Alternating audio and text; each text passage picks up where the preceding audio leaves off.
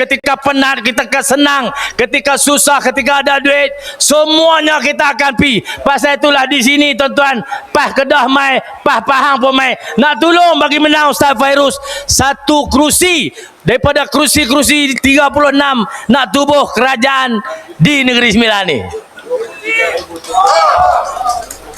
Mai pakat tolong, mai pakat bekerja, keluar undi ramai-ramai.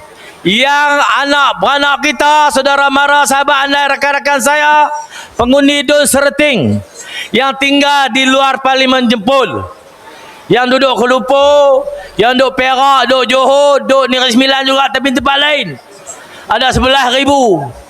Tuan-tuan, saya rayu tuan-tuan baliklah mengundi. Sekali ini je kami perlu jasa tuan-tuan. Tuan-tuan akan lihat perubahan besar berlaku di Negeri Sembilan yang kita cintai ini.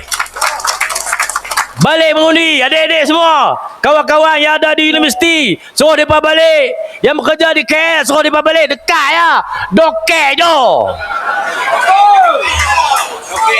Ha, betul tu. Dokek je. Jangan buat leceh. Jangan gaduh-gaduh, pakai balik. Jangan fikir 2-3 kali. Jangan dengar cakap Anwar Ibrahim, jangan dengar cakap Anthony Loh, jangan dengar cakap Mas Sabun. Jangan dengar. Depa ni out of date. Tak ada peluang depa habis. Kita nampak dah game depa hancur.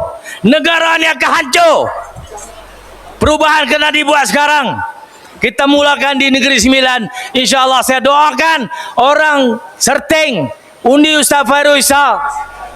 Di mana-mana don pun undi BN, undi PN. Kita bawalah perubahan besar. Kita bayangkanlah hebatnya bangsa kita memimpin kembali tanah ini. Terima kasih. Assalamualaikum warahmatullahi wabarakatuh.